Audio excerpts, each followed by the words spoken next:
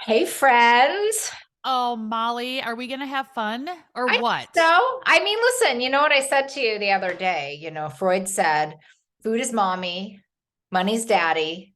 So I'm very excited to have some time on the show to talk about daddy issues. We're just only Yes. talking about mommy issues on the show. Yes. Well, let's talk about those daddy issues and let's provide some value to your tribe that follow I you. so rarely do extensive research before a podcast. And I did a little bit, but like I was reading. Okay, here's my first question. I'm just getting to it. I Just want to know what I want to know. It's my podcast.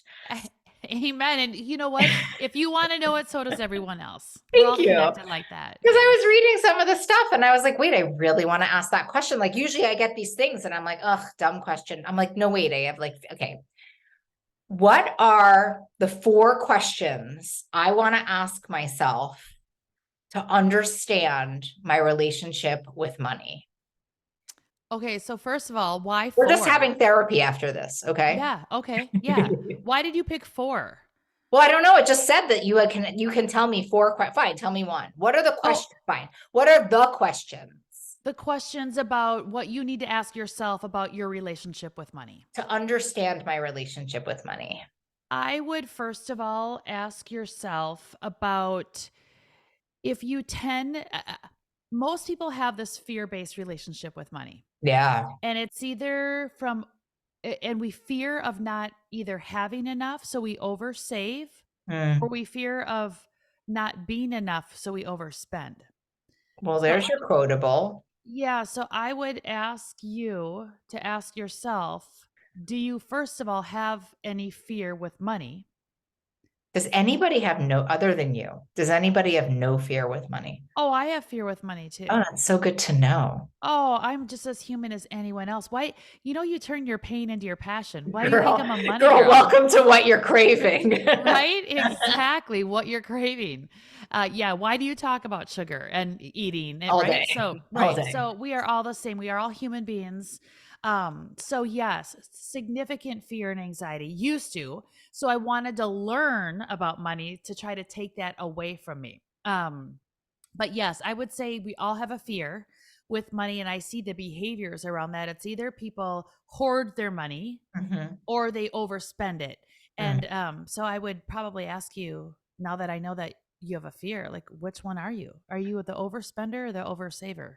I think, is it possible? I mean, I'm never going to answer a question directly, unfortunately. Is it possible that I could be a little bit of both? Yes, 100%. Oh, I'm a tell me little bit of more. yes.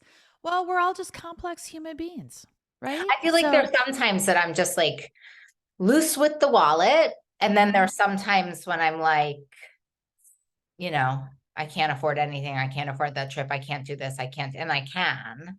I you can. you can, but the what's going through your mind is that it's not a priority. So when you say you can't afford it, what you're really saying is it's probably something you don't fully value, so you don't Mm, want to spend a lot of money on that. I'll spend money on things that are super important to me and think, no, that was cheap. mm, Even when it's not cheap. But I can't stand to spend money on things that I don't want to spend my money on. So interesting. that's what it is.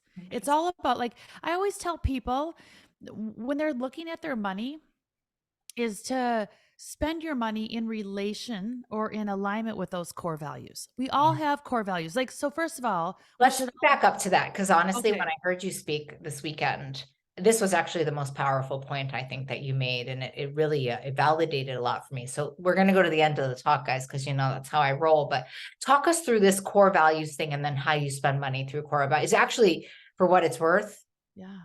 exactly the same as to what I say about should I eat this? It's like I don't know. Does it bring me closer to my core values or doesn't? Like I don't know the Really? answer to that. Yeah. Okay. Yeah.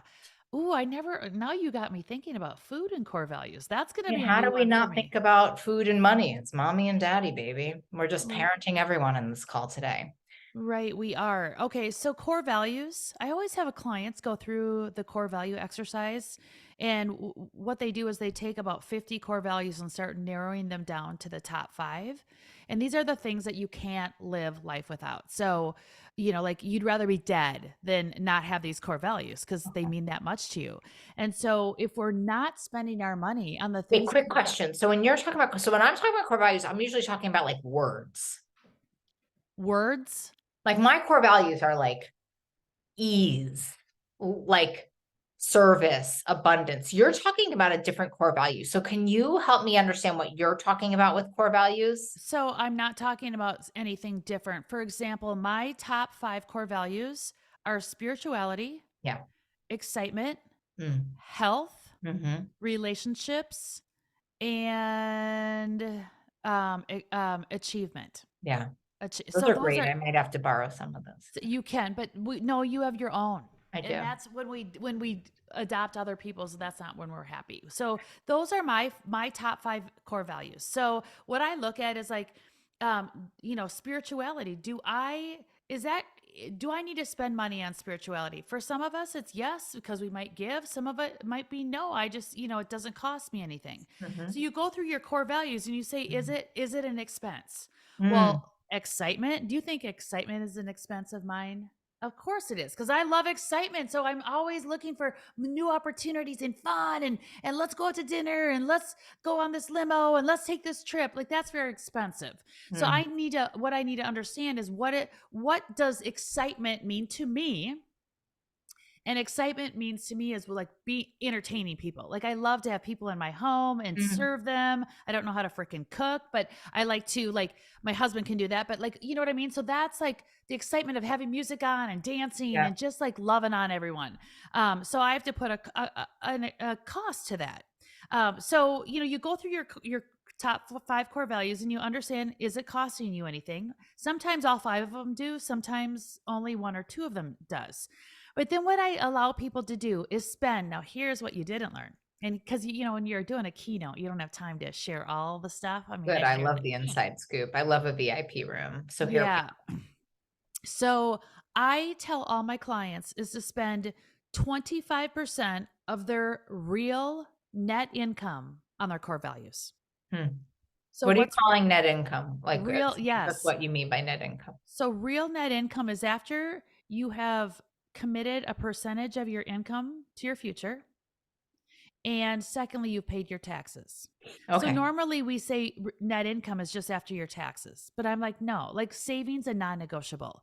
So after you've saved, whether it's 5% or 15% or whatever your percentage is, you save that, you pay when you do that and you save it, you reduce your tax bill. Right. And then once you pay your taxes, then you have this real net income. Right. And 25% of that should go to your core values and like guilt-free spending on your core values. Now, if you're married or have a significant partner, you got to look at where those core values, because sometimes they're not always the same. I mean, Right. maybe 3 out of the 3 of them might be the same, but not everyone. So then that's when you have to, like, have a conversation with your spouse on really making sure on how that money gets allocated. But we got to do that because, again, core values are things you don't want to do life without. Like, I Yeah. don't want to do life without excitement. I don't want to do life without achievement. I don't want to do life without health. I don't want to do life without God. I don't want to do life without, like, people. So I get to spend my money on those things. Not all of my money, but a portion of it. I love this thing that really hit me, I guess from my own training in therapy, I actually think is you said this thing where you were like, when you were talking about this, you're like, so, if it really means something to you from your core values to have your hair done and your nails done, Mm-hmm. do it without guilt. Mm-hmm. And I was so in love with, like, something really shifted, not necessarily maybe about, I don't know I mean, honestly, I used to get a manicure every week of my life until COVID, every week of my life. And then after COVID, I actually realized this. I actually hate getting manicures. I only Oh. get them for special events. Neither here nor there. But it really changed kind of how I thought about my life, because I think the problem for me in receiving, which is so much about what money is about, and it's so much about what eating is about. Money and food are so similar. Hmm. It's like if someone's going to go and eat a cookie, someone said, well, I might have a macaroon in France. And I'm like, listen, I'm not here to decide whether or not you have a macaroon, but if you have a macaroon, enjoy but don't eat it in shame and guilt and think what it's, just enjoy it. Have this moment with your macaroon, you know?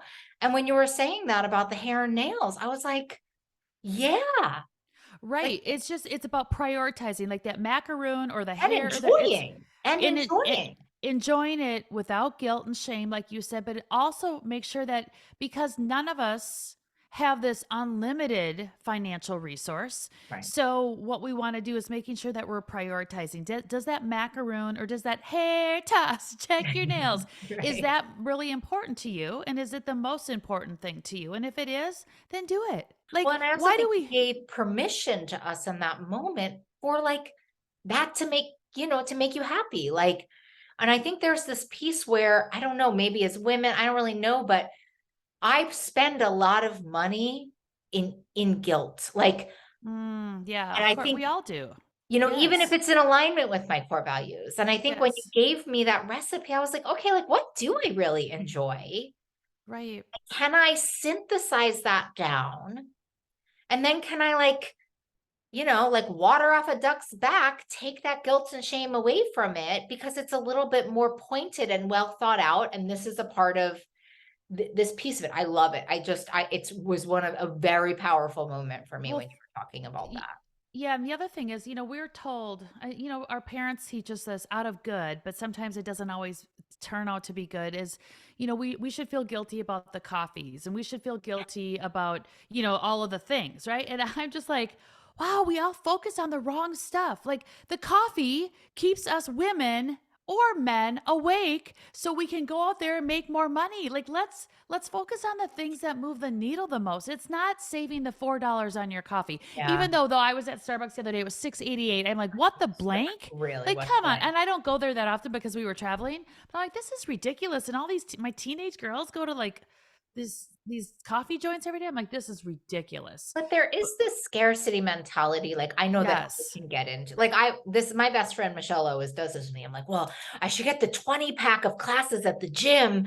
And Michelle's always like, why don't you try one class and see if you like I get so caught up in like getting more and getting a deal that I like lose sight of what we're talking about here is, do you enjoy it? Is it in alignment with your core? I mean, money and food are, because the same thing happens with food for a lot of people. Yes, but let's compare money and food for a minute Yeah, I could do it all because day. I had this realization about like 3 or 4 months ago. And I'm like, okay, we all value not all of us, but a lot of us value health. Yeah, And a lot of us, I don't let people have money as a core value because it's not a core value. It's what interesting. money can do for you. Right. Money's a tool, it's not a value. Mhm. So I took that out of that, like when I have people select their values. But what I realized is that we all put emphasis on having a lot of money and being healthy. Yeah, and optimal. And That's right. and what? And optimal health. That's what I would call it. Yeah.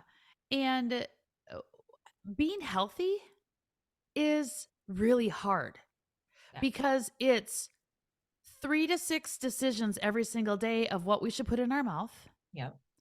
And it's a decision a day of whether we're going to go work out or not. That's a lot of decisions every single day. It's Mhm. a constant battle. And as you age, it gets harder and harder to keep the health up. Now, you completely can do it, but like from an exercise perspective, actually eating gets a little bit easier once you're on the path because you don't want the sugar then and stuff. Like I don't want that. I can't stand it. Yeah, that's Um, but the difference between health, it's like a constant daily decision where you got to continue to work at it.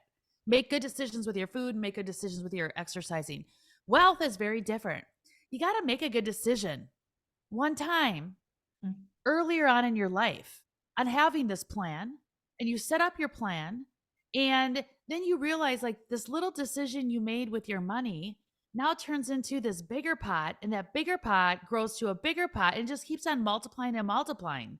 And it's like it gets easier as you age. It's Well, so different than health. what if you are not starting early with your decisions about money? What if you're listening to this and you're 54 Yeah, well, and it's harder. you have some money? Yes. Is it impossible? Well, it's nothing's impossible I in hope life. not, because No, there's a lot of people listening to this in their 50s ready to. but you gain more, you gain more money with less amount of money when you start earlier. That's Right. just how math works. Sure. Um, but even if you're in your 50s and you're gonna live until you're 90, like there's 40 years of compounding growth there. Like, of course it can happen. Um, but and it does, even again, if you're 50, it's going to be, if you start in your 50s and then you're 64, your money's going to be working harder for you at 64 than it does at 54. That's That's right. just how math works with compounding interest. Albert Einstein said, like, compounding interest is the eighth wonder of the world, and it's true because it's just so cool. Yeah. It's very different than health, where you just set it up and it starts to work for you. Why don't you Um, explain to us what compounding interest is for those of us who are Don't like, understand that? yeah, Yes. So compounding interest is where let's say you invest $100 and the $100 turns into $105. So now you have $105. So the next month, that $5 not and the 100 start growing. Okay, so it's not just the 100 growing every single month. You got 100 now, then the next month you have 105. So that $5 is also compounding. so you And then invest $100 and the $100 gets interest on it. So then it becomes $105. And so yes. then the $105 starts to get interest, which turns into like $125 and then Yes. So so it's on. always you gain growth on the interest Interest. and the principal, the $100, right? So it's not just your $100 working hard for you every month. It's the 100 and then the 105 and then the 110. And then you suddenly get this big, it's a snowball. And it's like, oh, that's kind of fun.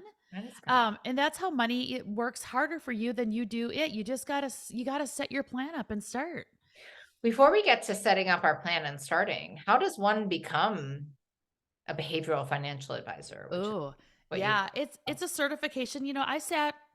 I've sat in over 10,000 client meetings, and No, go back. I mean, did you, when you were in second grade, were you no, like, you know what I want to be when I grow up? no, the behavioral financial certification happened when I was already an advisor. Yeah. And So go back. So what would make you become a money person? Like what got you into this field? oh, I see what you're asking. Um, I wanted money.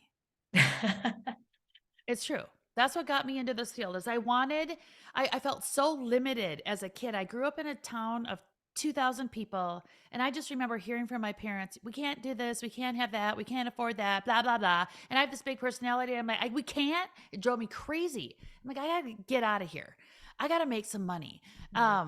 And so how do you make money? You learn about it. And so I learned about money, and, and, and then I realized that I was making a ton of it, but I was still having some issues with my own insecurities and how I felt inside about myself.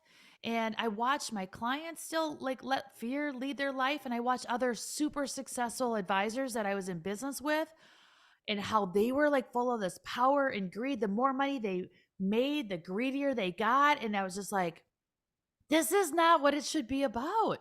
And Mm, so I was like, ooh, I need to help clients on a different level. I want to teach them technically how to build wealth, but I want to teach them about their relationship. Like, how do you have a really good relationship, which is your thinking and how you feel about your money and how you react to money. And once you figure out that, you realize making money is easy. It's mm, actually really easy. It's really easy. Earning an income can be a hard thing.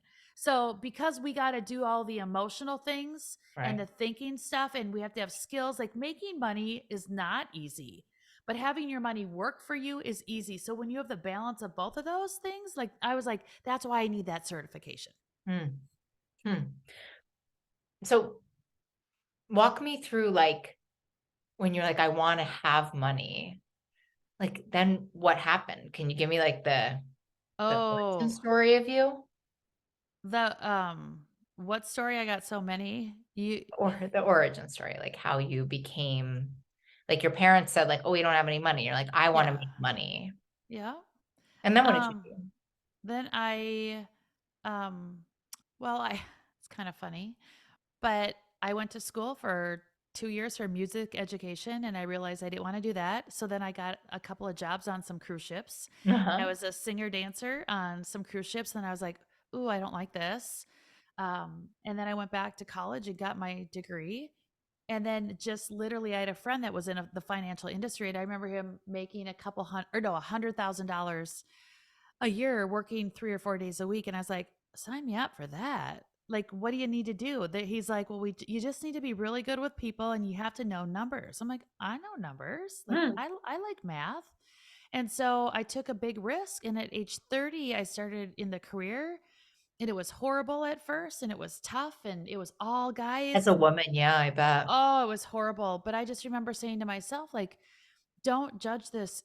Don't judge your emotions and don't judge this opportunity for 6 months. So just let it go. You can come home, you can cry every night, you can swear every day and just be like, this sucks. But I was like, just give it 6 months and don't give up for 6 months. And then I did that. And I struggled in the first 3 months of the business, but I ended up being like finishing in production. I worked at American Express, number 2 in the country that first year. And they gave you a draw of 80. No, they gave you a draw. Like they didn't even pay you a salary. Do you know what a Right. draw is? Yeah. It's like, we're going to give you some money, but in return, you got to give it back to us once you make that off the clients that you're going to bring on. But the The draw draw was, is when they give you a salary and then you have to earn the salary. If yes, you don't earn it, you have with to new give them back the clients. money. Yeah. Yes. So with new clients. So it was 18,000 and I turned that into $81,000 that year. Once I started believing in myself and I realized that nobody's in control of my future except me. How did you come to that? Can tell us how you started to believe in yourself. What was the process of that? I committed before I believed. I just committed.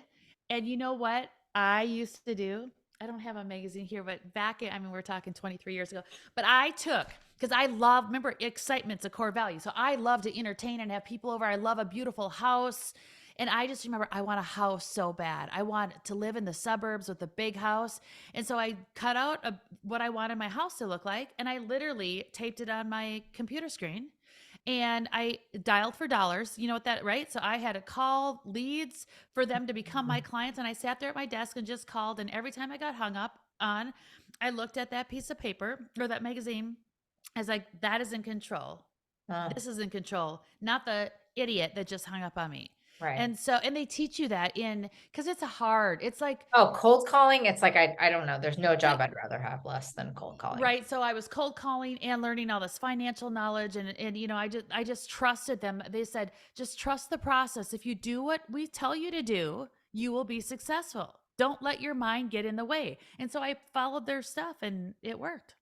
Well, that's incredible. So let's get to like the three Dawn mentality of own it, earn it, grow it. Walk us Okay. through that. Like, what does that mean? What does that mean in your amazing book? Yeah, so own it is Well, really about owning all that is you. I feel like as an advisor, so many times we sit down with clients and just talk about their financial goals, but we all actually all have the same financial goals. If you think about it, are very similar. And so I was like, ooh, if I'm going to be a fiduciary advisor, and which means I have to like really understand my client, I need to know more than just what their financial goals are. I need to know, how they want to spend their time and their purpose and their vision and strengths to help them earn more income. And I need to understand their core values and how they're spending their money. mm, And so I really got to know the clients real holistically that way. And that's what Own It is. It's about understanding all that is you, because I believe that really helps us build our self-esteem. And when we build our self-esteem, that helps us deal with our fear, it helps us deal with our anxiety, it helps us deal with a lot of the toxic emotions that we all deal with, and it helps us make more money. So mm. that's what Own It is. It's really about understanding you, and I think Like that's what you so want important. and what you don't want. Almost like that part where we're talking about like the alignment. It's Own yourself so that you know yourself enough to know what you want Yeah, and what you own don't want. all of it, and even your weaknesses. Like, it's okay to we all suck at stuff, right? So own the full you, all the positives and the negatives. And Amazing. then that actually helps you get really clear direction on, should I be in this career or should I do this? Should I quit this job? Should I, Mm. it helps you make Yeah. those decisions that Core you'll face. values literally solve almost every problem in the world. Hmm. Well, personal problem. Yeah, yeah. But if Because everybody in the world really lived by their core values, there would be much less problems. and there'd be less divorce. There'd be less war. There'd be less everything. You're There'd be less 100% right. competition, Yeah. right? I mean, Yeah. one of my core Yeah. values is abundance. That's a big one for me. Well, that's tattooed right here on Oh my. my God, look at us. Yeah. So then the second one's earn it. Yeah. So earning it, um, it's about money. It's about earning your income, the right type of income. And I say right versus more, because so many times we get caught up in, we want more income. Right. And what I found through tons of client meetings is that it's not always about the more income. It's about being smart with the income you have. So many of us miss the opportunity because we're so focused on, I need to gain more money. Well, you just missed out on 15,000 tax write-offs that you didn't realize you could take. And you Mm, got more money by being, receiving that technical tax advice. So mm, it's about having the right type of income, not mm. necessarily more, but you can get more by being smart about the money Yeah, it coming sounds in. like the word coming up for me is stealth. Yeah, Stealth yes. about your earning. Yeah, that makes a Absolutely. lot of sense. So that's part of Earn It, is really about understanding how to maximize your income. And then it's also about how to maximizing your life. And I believe, and we've all heard this before, but our life success and our money success is about our how we react to life. There's stuff all day long. We all, Molly, I could tell you 15 things that happened to me today that wasn't pleasant, you Yeah, know? me And too. it's all how I react to it. Yeah. And it's all how we all react to life. And it's really, so how you react is about two things. It's about, we can control our thinking. That's one thing that we can control on this Well, we planet. can control our the story we tell. We can control our perception of something. I actually don't think we can control it. I think because if you sat with me all day, I don't really listen to my first thought. I'm telling you something. If you listen to my first thought, you'd be like, girl, thought we could be friends, but you're a lunatic. But Yeah. But you're it's not what controlling I that, think, it's Molly. what I choose to believe. That's controlling it. You are, Right, totally. yes, yes. I just don't like to make people think that when crazy thoughts come in their head, it's their fault. But what we choose to believe is on us. Well, but that's, I'm saying the same thing, is that we get to control our thinking. So we all have crazy thoughts, but I Yes. get to choose because Yes, I there can it is. control That's right. whether I'm going to act on that or I'm going to choose that thinking. Love that. Right? So that's what we can control, our brains, which is the computer system. What I've learned in myself and through all of my coaching and advising is that's really hard for us to control. Hold on, now give me a moment. I'm To ready. control our emotions. So I suffer with anxiety, and I can't control the anxiety that I feel in my life. I pray, I meditate, I work out, I eat healthy, I do as much as I possibly can, but still sometimes I'm flooded with this overabundance of fear. And Mhm. I can't control that, but I can control how I respond. Yep, And that's so I can respond, and it just takes it takes some time for those emotions to go away. yeah. So, but we can control our thinking and we can manage Our our emotions. That's emotions. exactly right. And Regulate. that is what earn it means. So when you can figure those two things out, you respond to life's bull crap Yeah. so much better. And it's all about our emotional responses, right? And so And when I you would tell, imagine it makes you really sharp to be able to make choices that are in the service of your financial goals, right? I mean, if you're really or your like, life goals. word, Yeah. I mean, just how we want to spend our time. I mean, yes, yes. that's amazing. And then what about grow it? Grow it is all the technical advice. It's the, like, when you do a financial plan, it's about cash flow management. It's about protection planning, like how much insurance should you really have and what type of insurance you should have. It's about investments. It's about when you should retire, which is that financial plan. So you know that you can spend X today and still survive tomorrow. It's tax planning, it's estate planning, it's like how much debt you should have, like all of the things related to money.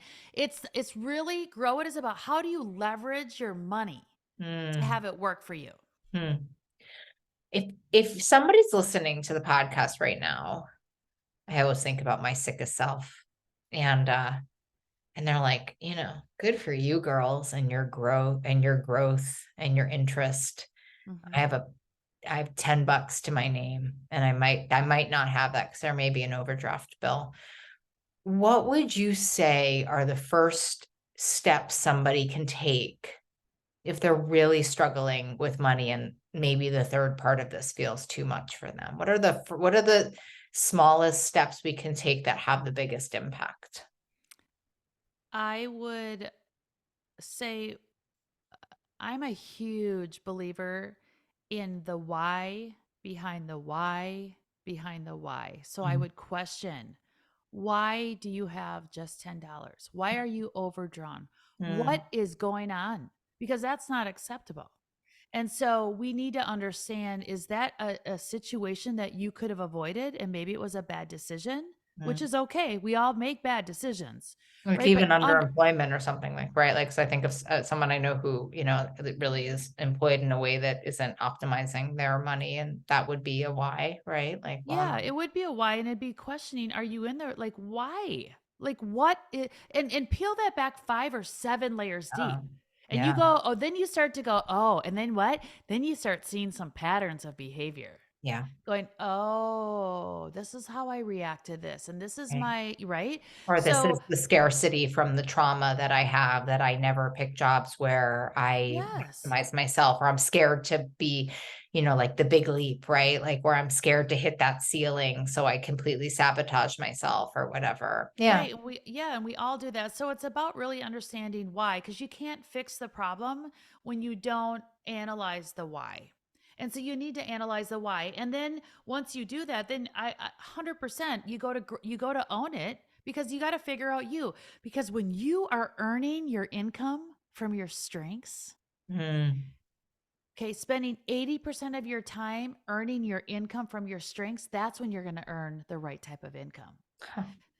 So you got to figure that out. So that's part of own it too. It's like going through that process and go, what are my, we all have strengths. Oh yeah. So why am I missing the boat? Why is my income low? And it always comes back to there's a reason, Yeah. right? There's Yeah. a reason, or your income's not low, or maybe you want to be a teacher and you just love being a teacher and you know they just don't get paid like they should, Oh, for sure. right? So that's a whole other topic. That's a whole other But pod. if that's the case, then it's like, well, how do we leverage your money from a taxation standpoint to make sure it's working so much harder for you? That's so So interesting, there's so right? many things you can do, but a lot of the times I'm telling you from a like, and I'm not going to say that income isn't hard to make. It's hard for all of us. We feel like we work our tails off, and then it's like, really? No, but Like I what? even appreciate what you're saying about the teacher thing. That's actually a really interesting thought about it, which is that perhaps the mindset of a teacher is, well, or the core belief is, well, I just can't make money because I'm a teacher and teachers don't make money. I mean, talk about,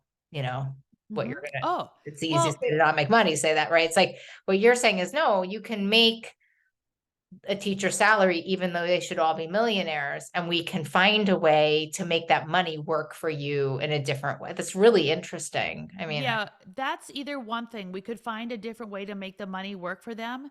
The other thing, too, is using those same skills. Maybe that industry is just not paying. How do you use those same strengths in a different industry? I mean, right. come on. Molly, I came We out need singing it. teachers though, Dawn. We need them. Well, But I hear right. what you're saying. I hear what But you're saying. we're not going to change the education system until those Not teachers today. buck Yeah. up and be like, this is not okay. But I hear what you're saying. I love I think this is all so brilliant. It's so brilliant. And I think I too believe that it's all about the food, and it's not about the food at all. And what you're saying is it's all about the money, and it's not about the money at Mhm. all. Right, That's right. exactly it. Where can we learn more about you? Well, it's just you can find me anywhere and everywhere on social media, website. It's under my name, Dawn Dahlby, and which is Dahlby. That's how you spell the last name. All And in the I'm show so notes, folks.